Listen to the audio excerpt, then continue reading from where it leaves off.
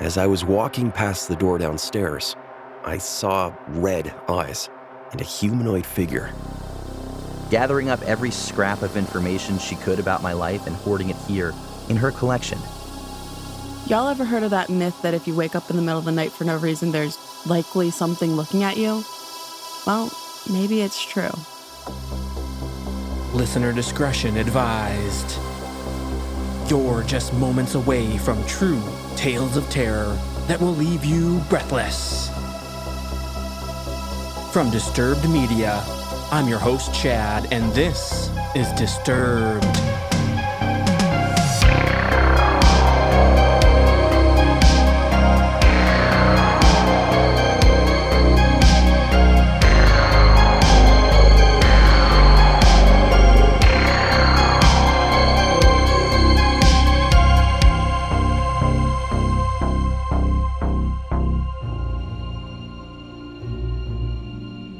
Big thanks to BetterHelp for supporting this episode of Disturbed.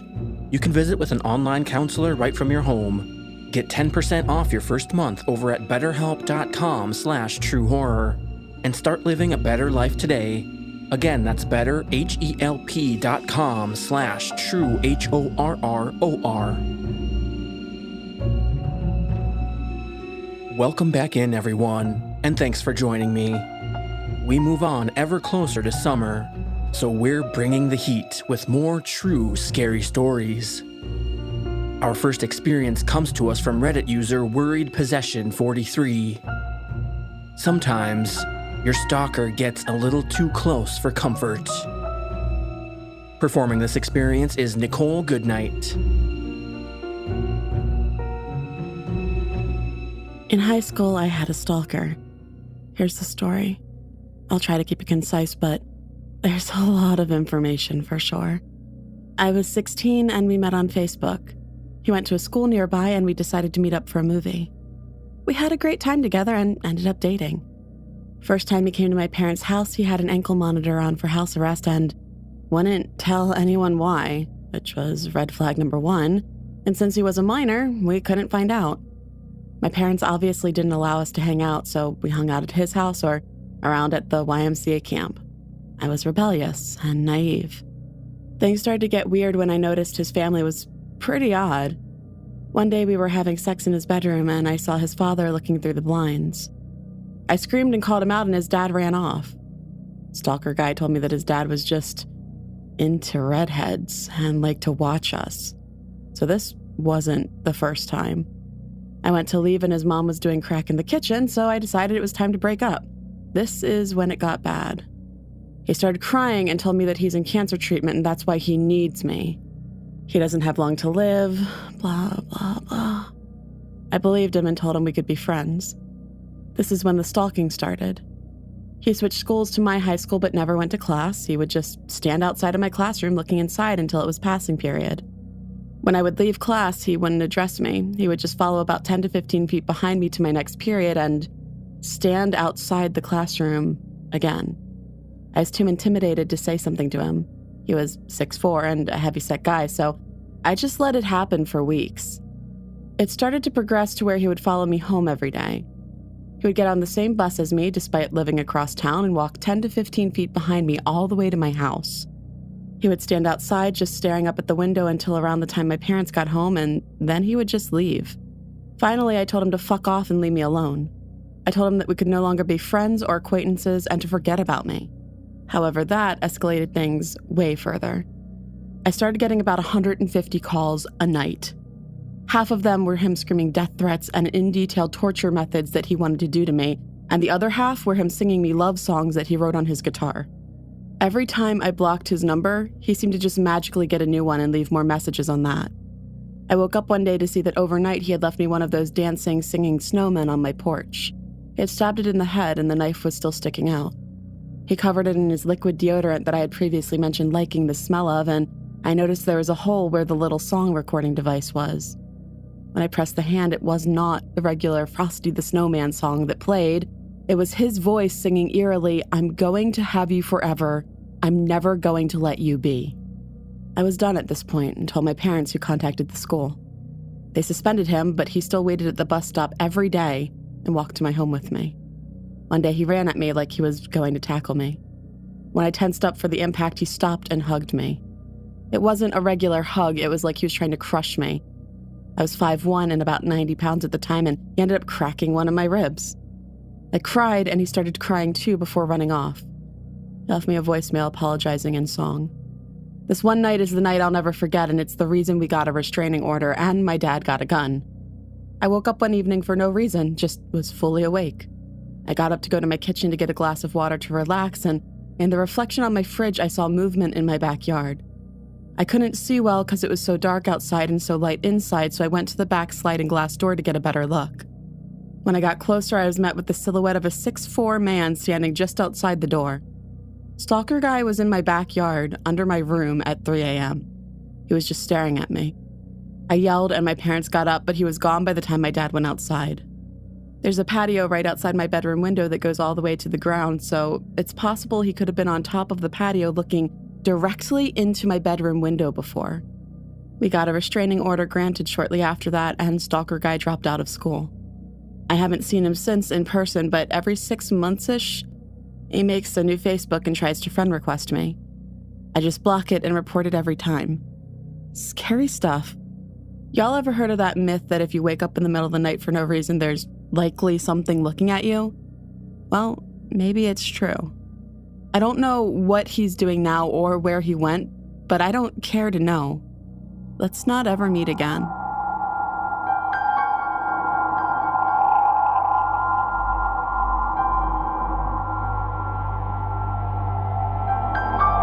Support the show and get your very own shout-out, ad-free listening, bonus episodes, and more for as little as $3 a month at disturbedpodcast.com/support. Next up, our title story coming to us from Reddit user CO.AG314. And it's in the basement where the horror lurks. Performing this experience is Matt Bradford.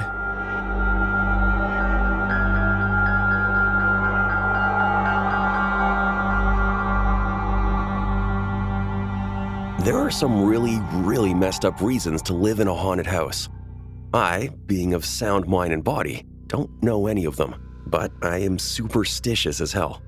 So when the wife and I moved to New Hampshire, right on the Vermont border, we were looking for a place to rent for a year or two before we bought a house. Now, for all the New Englanders here, my wife is a native, but I'm not. She's used to New England and the vast emptiness this small area has. Now, there are places she won't let me travel to after a certain hour because that route you have to take, people don't come back from. Of course, I'm not a native, so I don't know this. So when I was working, I would come home late after dark from work and tell her I took X route. She would kind of look in shock and awe at my stupidity. We found a home right on the above-mentioned border on the Vermont side. We loved it. It was a fantastic place to live. Except the basement. I could not shake the feeling of being watched and stalked like prey. So, like any reasonable adult, I just said fuck it and didn't go down there except during the day.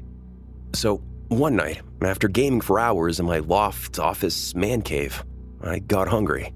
I went downstairs, kissed the missus, and walked past my basement door towards my kitchen. Now, I don't know if anyone reading has gone hunting, but there is a moment you sometimes experience, especially hunting predators like coyotes or wolves or bears, etc. Sometimes they know you have them in their sights, and sometimes they look towards you, not quite at you, but it feels as though they are boring into your soul, saying, "You got me, make it quick." It's an eerie feeling, and sometimes you take the shot, sometimes you don't. Well, on that night, as I was walking past the door downstairs, I saw red eyes and a humanoid figure. And I froze. I gave that same look of, "You got me, make it quick." After that momentary lapse of sanity, I just scooted real quick away from the door, grabbed a weapon, and called my wife, saying something was downstairs. Call the police. And there's no other entrance to the basement, and I had the door covered with my weapon from a safe position where I could easily run from the house. So anyways, the cops show up, I disarm, they clear the house. They find no person, but a set of muddy footprints that start facing towards the stairs up. that then proceed to walk into a wall in the back corner of the basement by the water heater. Now, for some context, the wall in question also blocked off the area directly under my bedroom. And it was a solid wall with a small crawl space and about maybe 4 inches of clearance on the other side of it. Photographs are taken, shoe sizes compared. My feet too big, wife's feet too small. You get a good contact number for the detective. Wife and I stay at a hotel for a couple nights. For months afterwards, I would have the same happen, eventually minus the cops. It actually got relatively normal. Good old red eyes in the basement, chilling like a villain. My wife was less enthused by my antics, cheerfully just going on about, and when I would spot red eyes, I would always give him a cheery, "Good time of the day, how you doing?" Of which we would still have muddy footprints, and I would just clean them up. So COVID hits, lockdowns happen, and we have an opportunity to move to a better house, one where we would be able to work at home better. The main reason the home was better was we had a mold issue in this house. It was in between the panes of glass in the windows. Every day we were cleaning it up from the windowsills, door frames. Hell, we had to replace pieces of furniture multiple times, and we were very clean people. We notified the landlord over multiple months and eventually a year. And after their actions not helping at all, we decided to move. Landlord decided to get a housing inspector out there immediately after we left. Well, the inspector comes and verifies there is a mold issue. I don't know if they met red eyes. However, they did find a metric ton of readings of high spore counts on the wall bordering the space below my old bedroom, the wall where the footprints always ended. And so, since it was filed, the inspector scoops a little bit of earth on the other side of the wall through that crawl space. It wasn't earth as in dirt. It was approximately 7 feet of mold. The landlord then immediately contacted specialists to remove all of it, notified me to offer some kind of damages for it in the form of refunded partial rent payments. In all, it made my 2020 pretty good. Until about 3 months later. The landlord calls me and offers to send me a full refund of all the rent from the time I was living there, minus what she already gave. Why? There was a corpse. The medical examiner said it was the man who owned the property before my landlord. He was a landlord who, after talking to surviving family members, wore a size 8 shoe, smaller than my size 11 shoes, bigger than my wife's shoes by a mile. Fuck me, Red Eyes. I don't know how you got there, but hell, I hope you now found peace, buddy. Sorry for not checking it out sooner. Now I did, after reading about his obituary and contacting his family, swing by his final resting place to drop off flowers, place a stone, and share a good morning like I used to. Till better times, Red Eyes.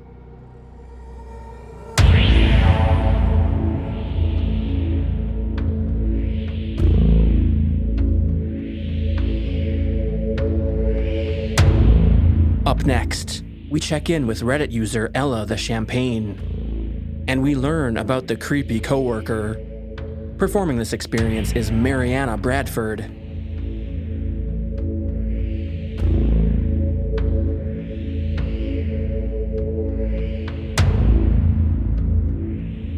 Now, before I begin, this guy's been fired, and this whole story took place months and months ago. All right, so I was hired to work at this auto shop as a front desk receptionist. My guy friend had worked there and had gotten me the job. I checked customers in, checked them out, answered phones, entered invoices, blah, blah, blah. Now, at this time I got hired, I was freshly 15. I do in fact act mature for my age and all that horse shit, but I was still technically a child. I was also the only girl working there. Now, my two managers, let's call Peter and Alvin. Peter was my main boss, and he had a dry sense of humor, but he was cool to be around. Alvin was more openly humorous, and he was just very pleasant in general. And then there was this third guy. I'll call him Chester, because I hate that name. He was 40, with a girlfriend, as well as a 13-year-old daughter.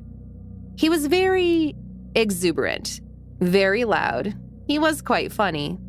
He was a dumbass too, but this isn't the right sub. It started off decent. He would tease me like a boy on the playground, like pull my hair, poke me.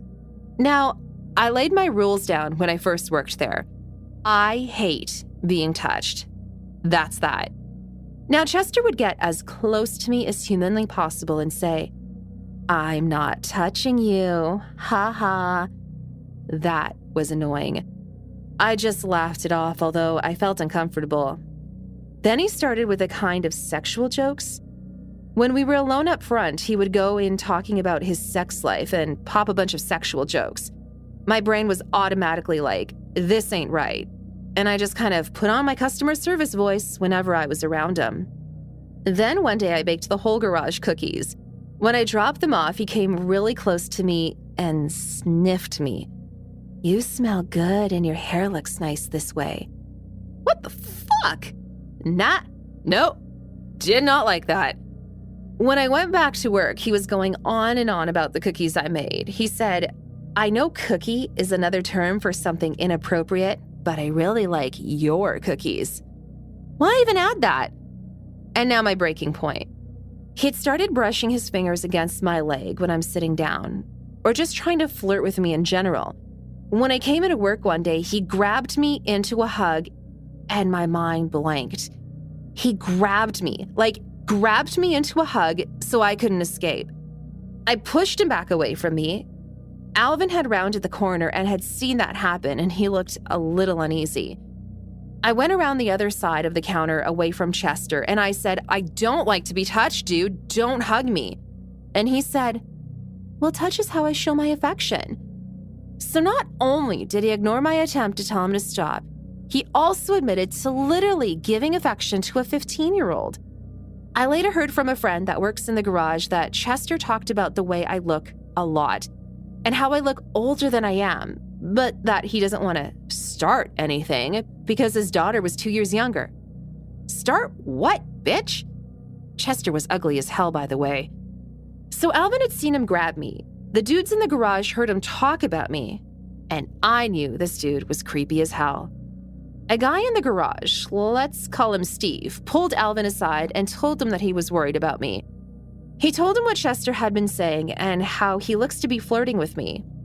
Before this point, Alvin had thought he had been too overprotective because he had daughters himself, and maybe he was just having his father instinct. When Steve told him that, it basically confirmed his suspicions. Chester was gross. I ended up speaking to Alvin near the end of the day, asking to stay after and talk to him about something. We stayed after, and I opened up to him about everything Chester had been doing. Alvin said that what I do is more important than the work he does. After that, I went home and felt nice that my bosses cared for me like a human and not just an employee. Peter, my boss, texted me to tell me that everything's going to be okay and that it'll be handled. I ended up meeting with Peter's dad, who's the big boss, to tell him everything. It was very much, we've known Chester for a long time, but Big Boss is a good man. He trusted my word more. I told him everything. He has camera recording of Chester grabbing me. Chester was fired. Creepy-ass motherfucker. The most traumatic thing to me was how Chester talked about me in the garage, like some kind of sex object. It was disgusting, and then going back to the fact that he's 40 and I'm just 2 years older than his daughter. That shit's disgusting. I'm sure that if I wasn't such a confident person, he would have taken advantage of me. He was very much acting like a predator, and I'm very glad he's no longer part of the establishment. Guys, teach your daughters to speak the hell up when people make her uncomfortable. Even the little things like weird jokes turn into something bigger. That's how it is for young women nowadays. Always enforce your boundaries and never let a guy get away with being a creep. Another thing I'll add here is that he was very friendly. He's the type of guy that made customers blush and would make your parents feel comfortable with the smooth talk. Child grooming isn't always straight up sexual advances right away. They try to get you to trust them, be their friend, and then force you into things. Be careful, ladies and men, and all the in-between.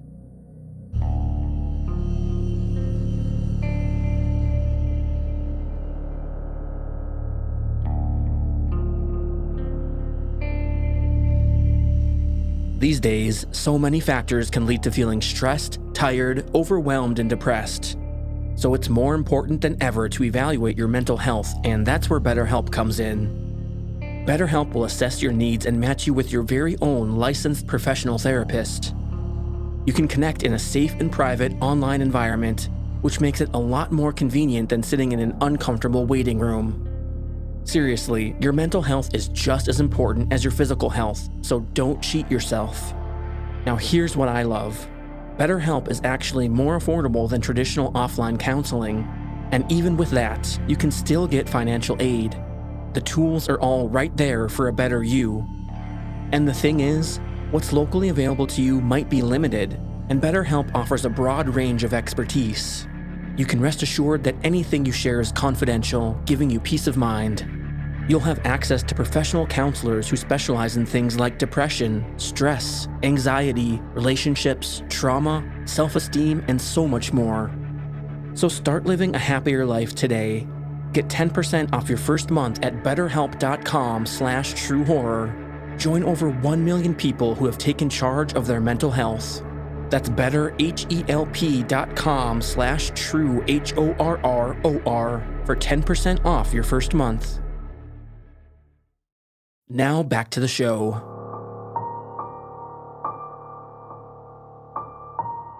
And finally, we hear from Reddit user vinegarade. And it's one person's obsession that goes too far. Performing this experience is Tom Aglio.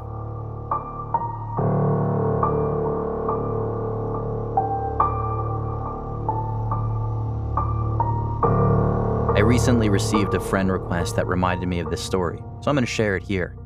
This happened after I went to university, so I was 18. I made an effort to make friends after I moved onto campus and ended up with a few groups to hang out with, including a new girlfriend and plenty of people from my classes that I liked well enough. There was one class before lunch where it was traditional for people to go to the cafeteria afterwards to eat in pairs or threes. I wasn't very discerning about who I'd have lunch with because I got on fine with most of the people from the class, and we were all trying to make an effort to be social. So when one girl, Lily, asked if I wanted to eat lunch together after that class, I didn't have any reason not to go. We talked about school and that kind of thing. Nothing noteworthy, but she did ask me to get lunch with her again in the next week. It became a pattern, and there wasn't exactly a way to start saying no suddenly. It was fine, but it did mean I lost the chance to eat lunch with anyone else on those days. In hindsight, I suppose that was the point. One day in class, I asked someone if I could add them on social media. This happened in front of Lily. I saw her face jerk towards me from a couple of seats over. It was such a sharp reaction that it was hard to ignore, and I still remember it. By the time I got home later that day, Lily had sent me a friend request. No friends in common. Don't know how she knew my last name. I was a bit surprised, but I guess she just dug through the university social media pages and found me through there. Gave me a bad feeling, but surely it was fine. She ended up messaging me a lot and commenting on anything I posted. I told myself that she was just awkward and we became friends, if not close. I'd known worse people. She still always got me to go eat lunch with her after our one shared class. Other than that, we rarely spent time together in person. I saw her around sometimes, but I never went out of my way to hang out with her. So it was mostly online messaging and seeing each other in group settings. Coincidentally, my girlfriend was also called Lily. This was something that clearly bothered Lily, not my girlfriend who couldn't have found it less interesting. It's a common name. She occasionally hinted that she wanted my girlfriend to pick a different name or joked about how her not suiting it. She clearly didn't like my girlfriend at all, and I had no idea why. It was hard to ignore by this point. Lily was starting to unsubtly hint that she had a crush on me. I tried not to address it because what was I going to say? I've never known what to do when a friend makes a pass at me. I was also not interested in the least, even ignoring the weird stuff she pulled. Lily was not my type at all. She tended to dress and act in a way somewhere between a 50s housewife and one of those adults who was still obsessed with Disney princesses, if you can picture that. Things took an uncomfortable turn on the day of our last shared class of the year. Instead of asking me to lunch like she usually did, Lily asked if I'd go for a walk with her. Again, I didn't exactly know how to refuse, so I said, all right. Our campus was bordered by a large patch of woodland. Lily led me into the woods and the sounds of our fellow students slowly faded away. She sat down on a log and I joined her. She started talking about how she was going to miss me over the summer. I tried placating her, but I didn't want to be there, especially because she seemed almost on the verge of tears. I think I tried to make an excuse about having plans with my girlfriend, but before I could leave, Lily chose to kiss me without warning. It was uncomfortable, to say the least. I got out of there and was happy to think I wouldn't see her for a while. I came back to university after the summer, moving into a house with my friends. Without going off topic, there were some serious issues in my friend group. A lot of petty arguing, and worse, I broke up with my girlfriend around the start of that school year as well. And basically the whole mess made me recontextualize things with Lily because it suddenly didn't seem as bad. That said, I didn't want to be alone with her. We mostly talked online. She was still constantly messaging me after all. One upside of everything was that I started dating a boy. Lily was not pleased to hear that news. I think she hoped to sneak in after I broke up with my girlfriend, but as I said before, that was never going to happen. There wasn't a big gap between my breakup and this new relationship, so she must have thought she missed her chance to be with me. This is where the story gets bad. At this time, I was fairly active on Tumblr. I occasionally talked about my life and mostly reblogged photos and stuff. I was on there one day when something odd happened. One of the blogs I followed had received an ask with some phrases I recognized. It took a second to register that it was taken from my About page. That made me freeze. I read the message properly. Someone was asking this completely random person to analyze a section of text from my page, asking for their opinion on the type of person who would write it. I cannot stress how messed up it was to see people thinking about me like I was a character in a book that they were trying to study. The reply was basically, I don't know, sorry. But the important thing was that the question hadn't been anonymous. It linked to someone's blog. Obviously, I wanted to know who had taken such a bizarre interest in me. As far as I knew, no one in real life other than my boyfriend knew about my page. Well, no prizes for guessing who was behind it. What I found was like a shrine. She was using a fake name, but I recognized Lily all over that thing. It was this cutesy pink and red page. There were a few posts about her interests, but most of the content was focused on her primary interest, me. Most of the posts were about me. There were accounts of things I'd done recently. He told me about such and such. He went to a nightclub recently, etc., as well as references to things from as far back as I'd known her. It was clear she'd been keeping tabs on me, both online and offline, gathering up every scrap of information she could about my life and hoarding it here in her collection. She talked about us eating lunch together and how special our dates had been to her, as if it was anything more than acquaintances getting food after class. She talked about the time she had forcibly kissed me in the woods, but she wrote it as if it had been mutual. She quoted lyrics from my favorite song and talked about how she'd always be there for me, no matter who else came into my life. Lots of references to loving me just the way he is, which answered another mystery about an anonymous love letter I'd received earlier that year with the same wording. It got worse. There were a lot of posts about my boyfriend as well. These weren't so nice. They got vicious, talking about how he didn't deserve me. He didn't know what he had. If she was with me, she'd be jealous of anyone else who came near me. So my boyfriend not being a jealous person meant he didn't love me. It was angry and hateful. I didn't like to think about the sort of person who could write so obsessively about being fixated on me. One thing that didn't make sense at first was that the blog also made plenty of references to Lily's best friend, Steven. She had never mentioned this person to me. Her posts talked a lot about Steven and how great a friend he was, and how much fun they had together, how he looked out for her, etc. I was trying to work out whether this was an online friend when one specific post made it all click. She had posted a photo and captioned it with, "Steven sent this to me, he knew I would like it and I love it," or something like that. The problem was the photo was taken from my own page. I hadn't sent it to her. She took it from my page and then claimed this fictional best friend of hers shared it with her, because in her head she'd split me into two people.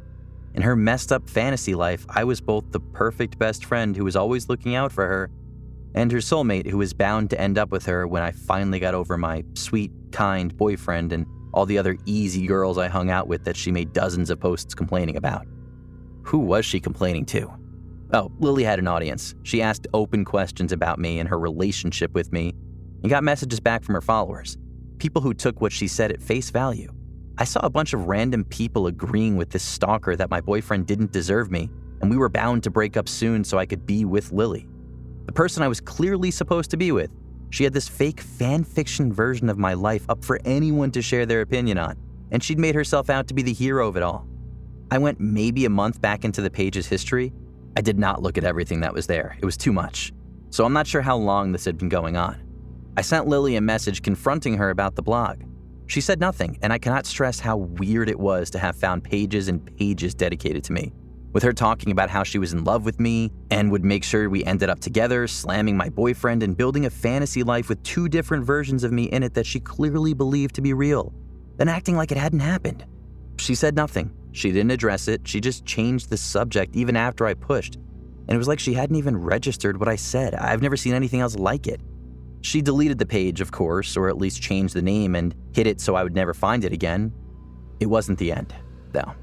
I wasn't going to hang out with her anymore, but we were still shoved together in classes, and she had started to actually scare me with what she might do next. I'm kind of a paranoid person.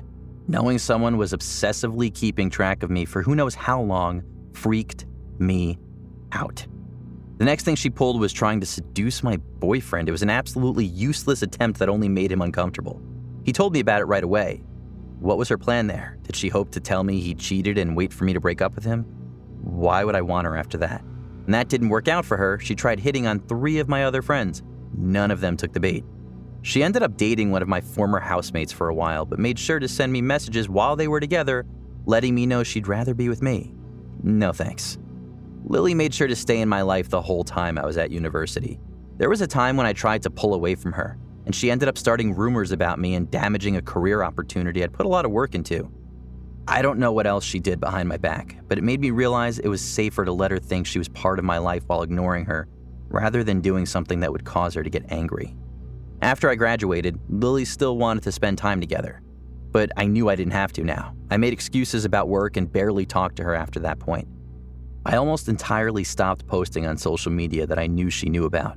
Of course, she didn't give up that easily. She tried to start conversations, asked me to meet up with her, attempts I usually ignored. I didn't like to think she was still tracking me online, but she probably was. I don't know how, but she'd occasionally reference things I mentioned online somewhere she shouldn't have known about. The last time we had a real conversation, she sent me a message out of nowhere. We hadn't spoken at all in months, and we hadn't talked about anything serious in much longer than that. Thinking about that conversation still makes my skin crawl, but I'll summarize what happened. At first, she asked me some questions about how long had I known I was queer. I told her some basic stuff, the kind of thing I'd tell anyone who asked. Then she changed the subject. She started talking about how I would feel about her if she was a boy, about wanting to be a boy for me. The messages quickly became fetishistic. She went into plenty of detail about fantasies she had of the 2 of us. Again, we were not friends at this point. We'd never been especially close, at least not from my perspective. We had barely spoken for years. I can't imagine sending messages like that to even a close friend, let alone someone who barely knows you. I tried telling her not to pull this crap with me, but she decided to change tactics. She sent photos of herself, followed by a bunch of messages, maybe 4 or 5 a minute, way too fast for me to reply before the next one arrived. Basically quoting back what I told her about myself and my past earlier. She was telling me these things as if they had happened to her. She was role-playing as me. The worst part was that she seemed to believe it was real, that those things actually happened to her, even when she was quoting me word for word. Things I told her only hours before were now her life. It was like she was trying to absorb my history, to take it over, to make my life part of her. Yeah, I didn't talk to her again after that. I ignored future attempts she made to talk to me, and I eventually silently deleted her from the inactive social media, which was her only real way of contacting me. I really thought she might finally move on. A few days ago, she sent me a friend request. It's sitting there unanswered because I know if I delete it, she'll only send another one. Lily and I met nearly 12 years ago. This story is just the highlights, and even then, it's only the stuff I know about for sure. A lot happened behind my back, I know it did. So, girl who spent 12 years obsessing over me, fetishizing me, stalking me, and harassing me, let's not meet again. The fantasy life you built for the 2 of us in your head is the only place you'll be seeing me anytime soon.